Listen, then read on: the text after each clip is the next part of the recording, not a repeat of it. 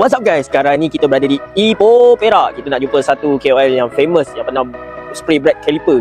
So kat mana kita nak jumpa dia? Let's go. Nama saya Afiq SN, saya tinggal dekat Ipoh, Perak. Okey, pengalaman saya dalam menggunakan Samurai Pen ni, saya pernah cat caliper Mybi ni. Tapi bukan caliper sekarang lah. Pada 2021. Warna dia menarik perhatian lah. Saya memang kadang-kadang tu kalau pergi kat kedai exhaust kan, Apek tu kata, cantik warna caliper. Saya pernah cat juga tank FZ. Warna hitam matte. Sampai sekarang masih lagi elok kan.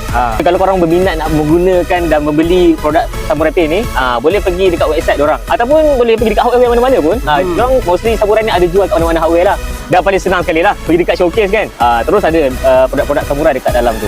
Ada hati kita mati daripada Samurai Pen. Okay. So teruskan berkarya dan teruskan buat konten untuk awak punya followers semua. Okay, insyaAllah. Terima kasih. So gang, ke mana kita nak review KOL selepas ini? Stay tune dan zas.